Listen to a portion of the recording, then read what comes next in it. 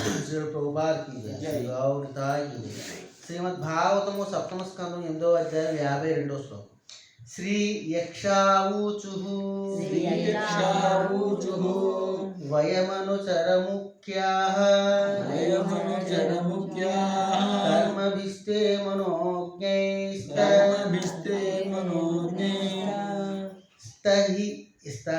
ఇహ దితిసుతేన ప్రాపితావాహకత్వం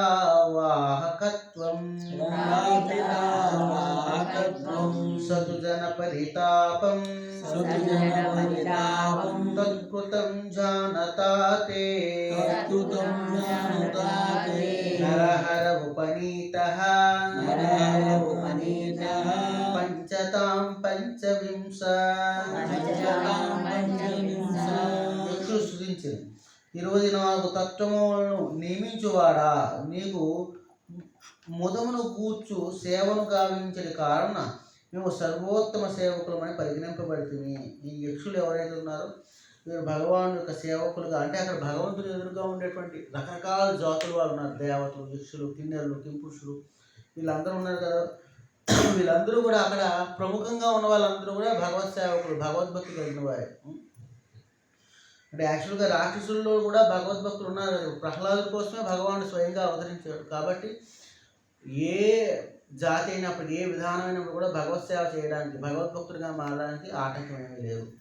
ఇప్పుడు ఇక భగవానుడు చెప్తున్నాడు, 24 తత్వములను నియమించేవాడా, పంచభూతాలు, పంచ ఇంద్రియాలు, జ్ఞానేంద్రియాలు, పంచ కర్మేంద్రియాలు, పంచ తన్మాత్రలు, మనస్సు, బుద్ధి, అహంకారం, కాలం, ఇవన్నీ కలుపుకుని 24 చెప్పారు ఇక్కడ. కొన్ని సందర్భాల్లో 26 తత్వాలు. ఇవన్నీ కూడా ఎవరి అధీనంలో ఉంటాయి అంటే భగవాను యొక్క కాలం మేము సర్వోత్తమ సేవకులమని పరిగణింపబడితే, ఈ తత్వాలన్నీ ఇవన్నీ ఎవరి అధీనంలో ఉన్నాయని తెలుసుకుంటాడో వాడు భగవత్ సేవకుడుగా అంగీకరించబడతాడు. ఏదైనా విషయం ఇది ఎవరిది అనేసరికి ఎవరో పలానా వ్యక్తి చెప్పాడంటే భగవద్భక్తులకు ఉండేటువంటి స్థాయిని కొంచెం దిగజారినట్టు అర్థం అనమాట. ప్రతిదీ ఎవరికి సంబంధించింది? భగవానుడికి సంబంధించింది అన్నమాట. అది తెలుసుకున్నవాడు సహజంగానే భగవద్భక్తుడు అవుతాడు. ఆయనను దితిసుతుడు హిరణ్యకశిపుని ఆజ్ఞ చేయము పల్లకి భోజనం అయింది.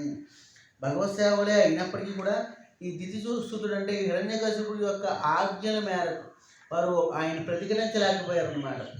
మామూలుగా అయితే శక్తివంతులు, మనందరికంటే కూడా, మనుషులందరికంటే కూడా కిన్నెరులు, కింపురుషులు, యక్షులు, రాక్షసులు వీళ్ళందరూ కూడా చాలా శక్తి సామర్థ్యాలు కలిగిన వారు. కానీ వీరిని మించిన సామర్థ్యం కలిగిన వాడు ఈ హిరణ్యకశిపుడు అన్నమాట. కాబట్టి ఆయన ఏం చెప్తే, ఎవరు బలవంతుడు ఏం చెప్తే బలహీనులందరూ అదే ఫాలో అవ్వాలి. కాబట్టి మేమందరం ఏం చేసామంటే పల్లకి బోయిలుగా మారిపోయాం నీ భక్తుల్ని. ఓ నృసింహదేవా, ఈ దానవుడు ఎల్లరికూ ఎంతటి కష్టము కలిగించను నీ వెరుగుదు. కానీ ఇప్పుడితడు నీచే వధింపబడి పంచభూతములో కలిసినాడు.